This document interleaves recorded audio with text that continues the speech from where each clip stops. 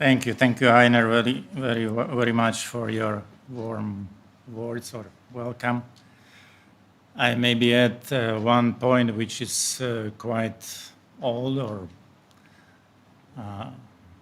early from the political career you mentioned. I started in the Slovak Parliament as co-chairman of Slovak-British, or then it was Czechoslovak-British Parliamentary Friendship Group. So I come gladly to this country, to this city, although there was a velvet divorce called Brexit.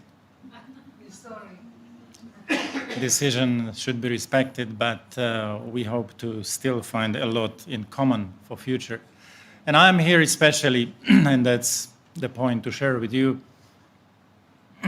because I pay tribute to those who are and can be labeled as peace builders, peace defenders. It's very important. And I wish you a lot of fruits of this effort. UPF is a great entity. Wherever and whenever I thank you. Met people from UPF. It was even for me inspiring, and invitation to network. Road to success in international relations is called, or combination of hardworking, teamworking, and networking. But the order is important. Hardworking, then teamworking, and then networking. I have messages for you, but before I would like to share one, and then at the end the last one. Do you know why evil has so much fruits in the world of today? We see how crisis of various qualities and quantities is growing. We have war on the continent and on continents, even genocidal killings, inflation, deficits of energy, a lot of problems. Evil is successful because it has many influential allies. And three of them are probably the most influential. They are omnipresent in our countries, in your, in mine. And they are so simple, it's important to remember. It's indifference if we don't care, because it's far away, it's not us, it's somebody. It's ignorance if we don't know, if we don't understand what's going on in the Middle East, what's going on in Ukraine. And the third one is fear, if we are afraid to raise voice or to do something in defense of the defenseless or voiceless. So remember, indifference, ignorance, and fear are allies of evil. We should work against these siblings by engagement, active citizenship. We are here and we can do something, everybody. We should learn lifelong, understand the world, the humanity, human person, self. And then courage, simple human courage, which is a base of action, of resistance, fight for freedom. So I wish you this not only knowledge about siblings, but action against those siblings who make so much evil around. The topic of this panel is very important, I think, because as the prayer room in Geneva, there can be a difference achieved on the top levels. I was first ever EU Special Envoy for freedom of religion or belief. It was not, invented by occasion. There was a genocide of Yazidis, Christians, Shia Muslims, and many small minorities in the Middle East by ISIS troops. And it awakened those who had power to do something, and I tried to persuade those European leaders to do something for religious freedom as the basic fundamental criteria, civilizational freedom. And somehow, as a boomerang, it came back to me as an invitation to start something unprecedented. So it's possible to change administrations or governments or bureaucracy into action for peace, for humanity, for human dignity. I want to say that those societies where faith and reason, or religion and science cooperate, work together in autonomy, but also in cooperation for common good, for justice, for human dignity, we see advancement, we see progress, human progress, very important for all. In those societies where reason and faith are in conflict, something is wrong. Usually religion is abused or may be abused. Those who do not understand religion, and especially abuse of religion, cannot understand what is going on in the world of today. And if we don't understand, how can we heal? How can we help? It's a principle, it's an invitation to understand, to know, to learn.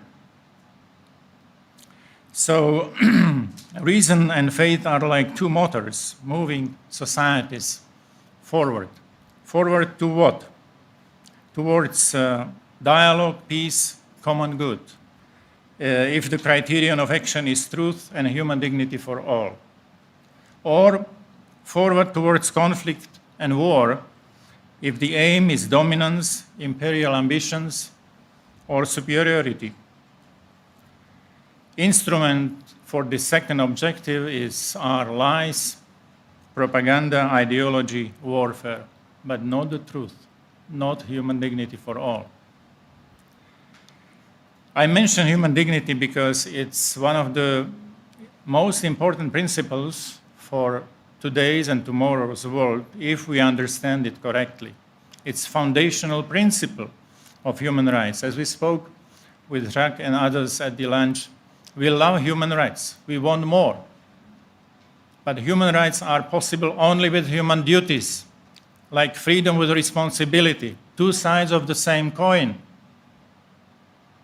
When you read 30 articles of the UDHR, there are many rights, but there are very implicit but important, crucially important, two duties, Article 1 and Article 29. One speaks about duty to behave in the spirit of brotherhood. It's not religious language, but secular language of the UN Declaration and the UN Convention on Civil and Political Rights. And 29 speaks on duty towards community which we live in. And this is family, this is my village or city, and this is my nation, my country. So please remember these, because without that we are without balance. And without balance means life in crisis. For getting out of crisis, we need to renew balance in climate, in relations, in culture, in mentality.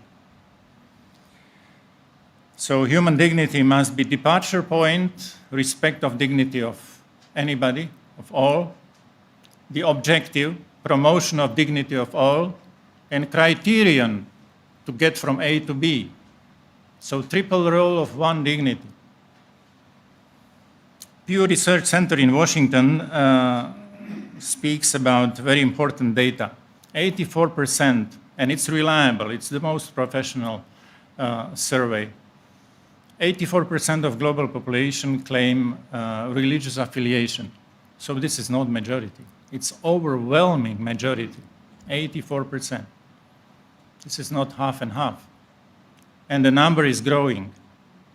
So those who disregard, disrespect religious identity, disregard persuasion, belief of the overwhelming majority of the world. And it must be detrimental in that case.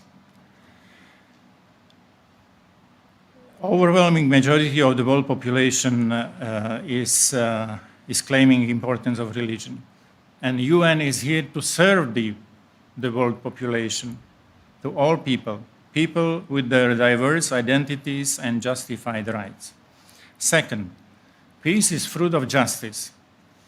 And justice for all is today measured or spoken by through human rights. Modern understanding of justice is through human rights. And the core of human rights is religious freedom. It's Article 18 out of 30. It's in the center. And why it is so central? Because this is the deepest expression of human freedom. It's freedom of thought, freedom of conscience, freedom to believe or not to believe or to change. Then we have other freedoms which are consecutive. Freedom of assembly, freedom of association, freedom of speech, of opinion. It starts with head and heart. And therefore, those who respect the deepest expression of human freedom respect also implications of this freedom. Those who do not respect, like communists, Marxists, Stalinists, they will disregard all other duties. Therefore, religious freedom is litmus test of human rights. And therefore, those who want peace should fight for religious freedom for all. Not just for majority, for some, but for all. And religious freedom is under very visible pressure, because according to Pew Research Center, 79% of global population live in countries with high or very high obstacles, restrictions to religious freedom. So again, majority of the world doesn't possess, enjoy that freedom as United Kingdom, for example. And that's the problem, civilizational problem. We have to know it, and we need to do something. Because again, it is important for believers and non-believers, for people from A to Z, and here I mean atheists or Zoroastrians, for all, not just for some, for all. And I say it as men who lived under communism. And I think that a lot can be done. When I was nominated to the position of EU Special Envoy, then it was in May 2016, then many countries followed this example, including United Kingdom. There is now Special Envoy of Prime Minister for religious freedom, freedom of religion or belief. It was Denmark, it was Germany, Netherlands, Hungary, Poland, Czech Republic, Slovakia, Estonia, Lithuania, and many. So there is power of example, power of inspiration. And UPF should act and think this way. It's not a problem if we are in minority on some issues, but we must be creative minority. Creative minorities change the history.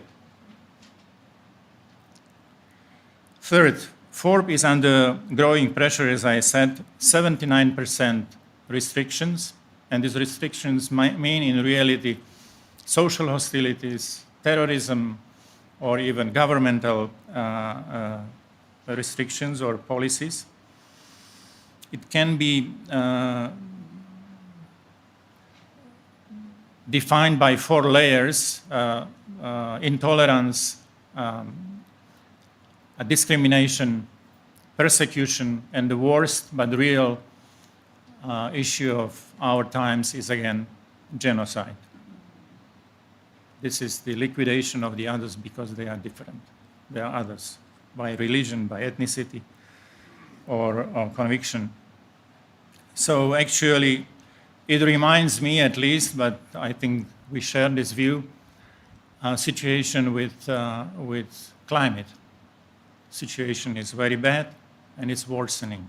So we need action. And religious freedom or persecution is connected with millions of people. So I'm not speaking about few or some, millions in the world. And therefore we need religious freedom, climate change. to stop the tendency and to revert it. And therefore, such committee or alliance on the level of United Nations would be very important for 21st century and peace in the world. Freedom without responsibility is not sustainable. It will cease to exist, as I said. Rights without duties represent a one-sided coin. Whenever we speak about, or demand freedom, we should dwell on responsibility. This was my principal attitude to religious leaders when I met them. How to establish this? One stream of action is interreligious freedom, international religious freedom global movement, which means to get into motion those who are like-minded on the level of governments, parliaments, civil society, and faith-based organizations. It is possible. It is even moving. I have also good news. Since 2014, there is International Parliamentarians Platform for FORB, for freedom of religion or belief. Since 2018, there are annual international religious freedom ministerial conferences. The last one was here in July in London. More than 60 countries present. Since 2020, there is International Religious Freedom and Belief Alliance, almost 40 countries working together since 2 years. And since 2021, there is International Religious Freedom Summit. It was organized last year and this year in June in Washington, D.C. So it's time to make voices and actions of the faith-based organizations more influential. And the other stream, and I end here, we need as well the patient, the sustainable effort. We need a special purpose action committee with expertise and trust, and with mandate to speak to decisive authorities. On one side, these are major global religions. On the other, important state and UN representatives. Ideas should be explicitly supported by religious authorities. Equally, by the newly established Alliance on Religious Freedom and International Religious Freedom Summits and Parliamentarian Platform. Broadly pre-consulted initiative and thoroughly drafted text of the UN resolution must be tabled to the UN General Assembly by several active and committed governments. And my postscriptum is invitation to support, yes, it's there, initiative which was adopted in 2018. It's open for signatures. It's about human dignity for everyone, everywhere. As I said, we claim a lot of rights, but we tend to forget duties. And this initiative is kind of renewal and recommitment to the UDHR globally in order to reunite around important principles for peaceful coexistence in 21st century. 21st century may and can be more humane if we stick to human dignity for all. You are cordially invited to join. There is a link to not only read, but also co-sign with hundreds of signatories. Thank you very much. Sorry for long.